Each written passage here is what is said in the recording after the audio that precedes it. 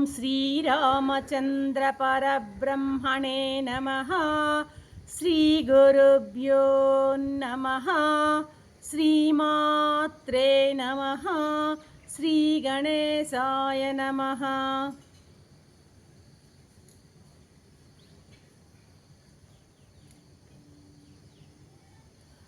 ప్రియాత్మ బంధువులారా, యోగ వాసిష్టము ఉత్పత్తి ప్రకరణము 116వ భాగం.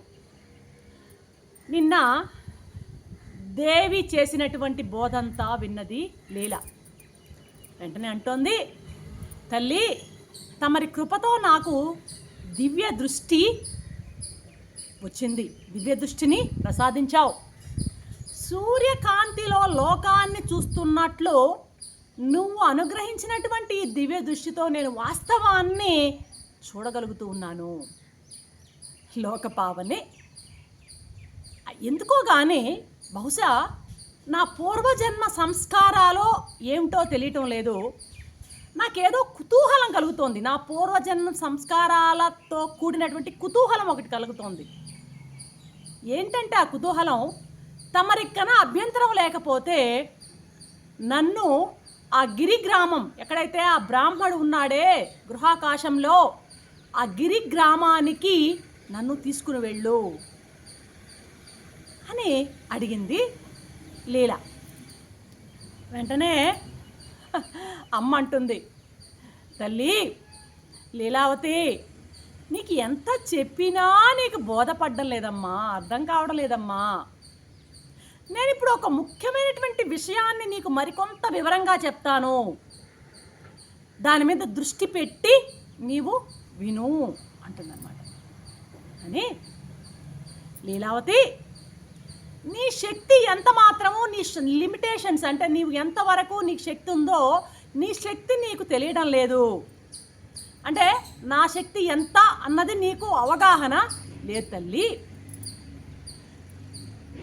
నీవు గతంలోనే ఇంతకు మునుపు నీ సంకల్పానుసారంగా నీ స్థూల శరీరాన్ని అలాగా వదిలిపెట్టేసి పైకి వెళ్ళిపోయావు కదా, పక్షిలాగా వెళ్ళిపోయావు, చిత్తాకాశంలోకి వెళ్ళిపోయావు, గుర్తుందా? అంటే నీ సంకల్పానుసారం నీ స్థూల శరీరాన్ని వదిలి వెళ్ళేటువంటి సామర్థ్యం నీకున్నది, అంతవరకు ఒప్పుకుంటా. ఆ సామర్థ్యం కూడా అందరికీ ఉండదు లీలా. నీవు బాగా యోగాభ్యాసం చేసిన దానవు కాబట్టి నీకు ఆ స్థూల శరీరాన్ని ఇక్కడే వదిలేసి తొడుగులాగా సూక్ష్మ శరీరంలోకి వెళ్ళేటువంటి సామర్థ్యం నీకు వచ్చిందంటే నువ్వు చిన్నదానివేం కాదు, తక్కువ దానివి కాదు. అయితే నేను చెప్పేది ఏంటంటే, ఇంత సామర్థ్యం ఉన్న నీవు స్థూల శరీరాన్ని వదిలి సూక్ష్మ శరీరంలోకి వెళ్ళిపోగలిగినటువంటి సామర్థ్యం ఉన్నటువంటి నీవు ఇంకా కొంచెం ఎదగాలి. అయితే నీకు ఇంకా కొంత ట్రైనింగ్ అవసరం, నువ్వు ఇంకా సాధన అవసరం. నీకు ఇక్కడితో ఆగిపోతే కుదరదు, ఎందుకంటే ఇది నీవు చిత్తాకాశంలోనే ఉన్నావు, చిదాకాశానికి ఎదగాలి. కాబట్టి నీవు ఎదగాల్సిన దశ ఒకటి ఉంది అంటోంది అమ్మ. ఏంటి ఆ దశ అంటే, సింపుల్గా చిదాకాశం అన్నాం, ఇక్కడ వివరణ ఏమిటా దశ, ఏ దశకి ఎదగాలి, ఇప్పుడు ప్రస్తుతం ఉన్నటువంటి స్థితి నుండి ఏ దశకి ఎదగాలి అంటే చేత్యం లేనటువంటి చిత్ దశ. ఇక్కడ యోగాసనం ఒక పదం వాడు, అచేత్య చిత్య రూపమైనటువంటి దశ.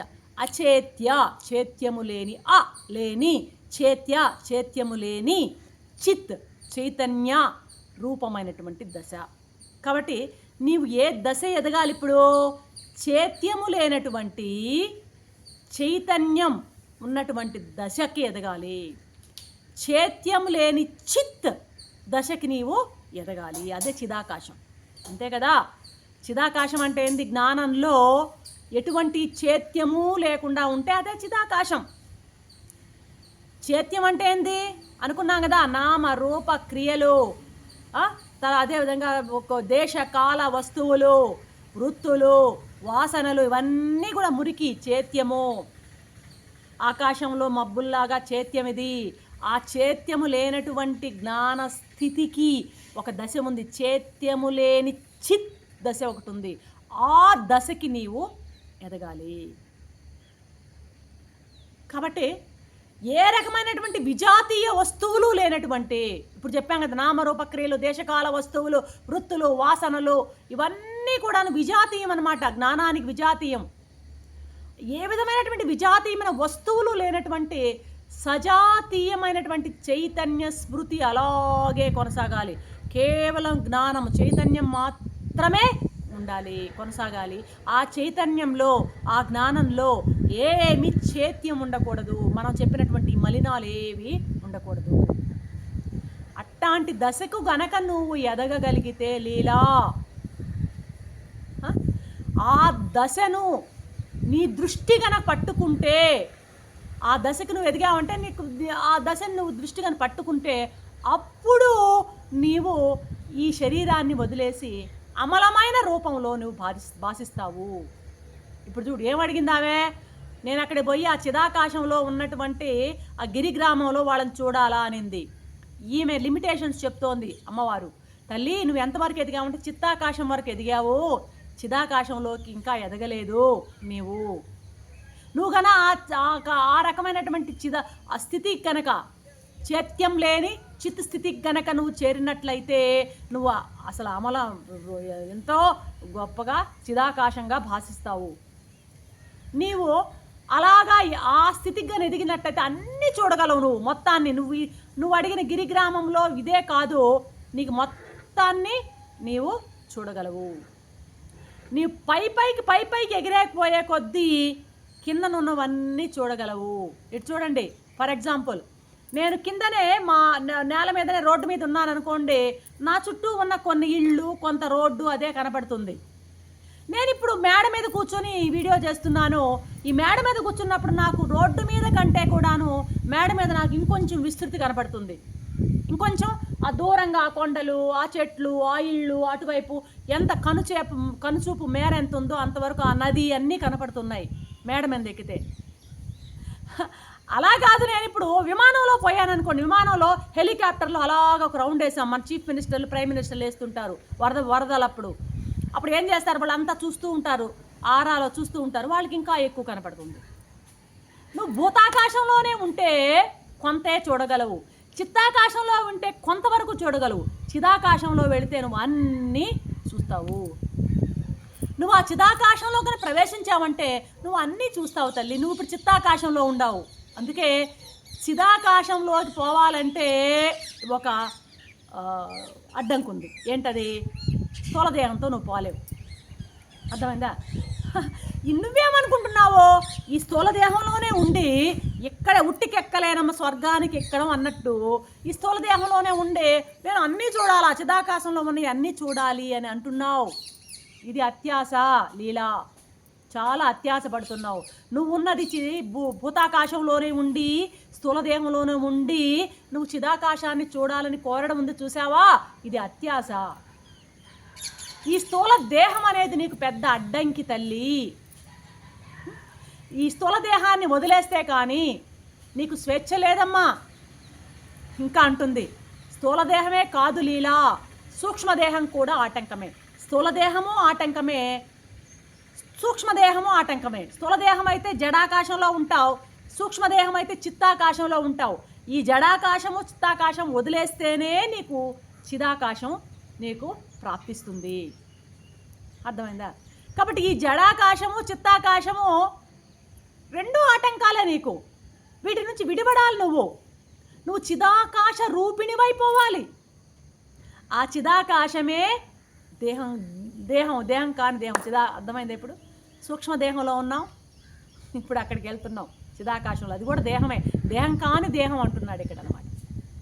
ఆ చిదాకాశంలో కూర్చున్నావో నీవు, ఆ హెలికాప్టర్లో విమానంలో ఎక్కి సమస్తము కనపడినట్టు నీకు అంతా నువ్వు ఏం కావాలన్నా గిరిగ్రామంలో బ్రాహ్మణుడే కాదు, ఆ బ్రాహ్మణ జన్మలే కాదు, మొత్తం నీకు చిదాకాశంలో కనిపిస్తుంది.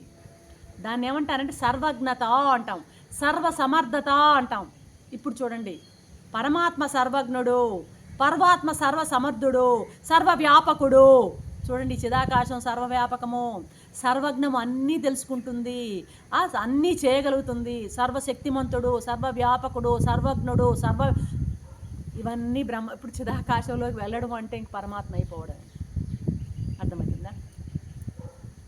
కాబట్టి సర్వజ్ఞత, సర్వసమర్థత అన్నీ నీకు వస్తాయి, సర్వవ్యాపకత అన్నీ వస్తాయి. అవన్నీ పరమాత్మ లక్షణాలు. నువ్వు పరమాత్మ అయిపోతున్నావు.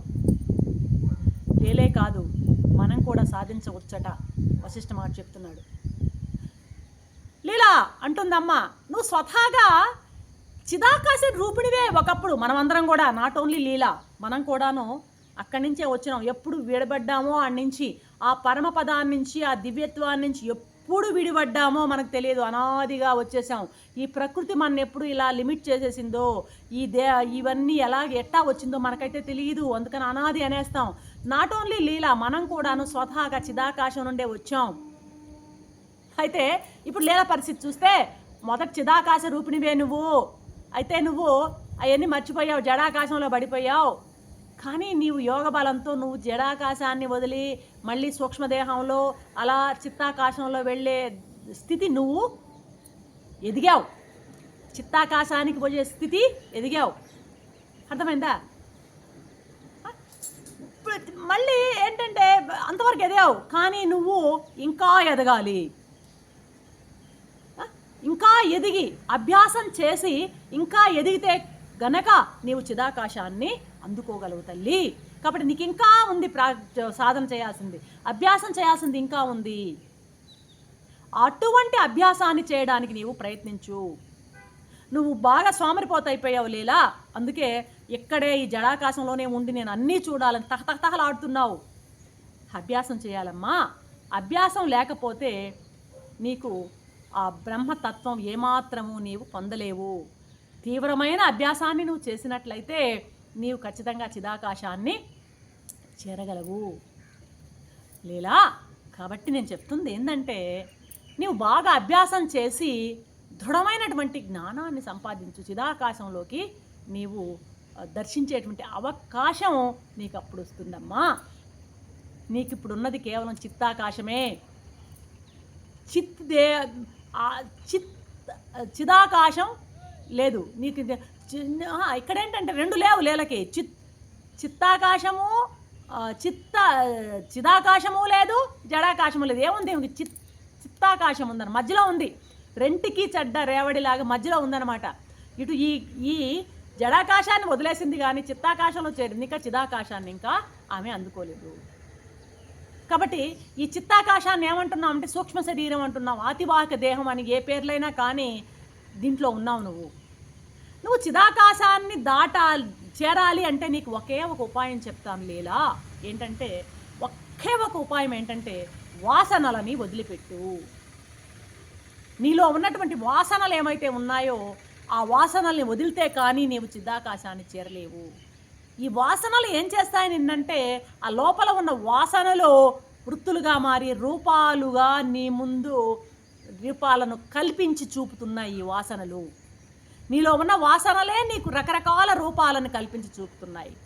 ఇప్పుడు జాగ్రత్త అవస్థలో నీకు ఉన్నటువంటి అనేకమైన వాసనలు ఏమవుతున్నాయి, స్వప్నంలో అవే రూపాలను తీసుకుని రకరకాల కళలుగా మనకి కనబడుతుంది.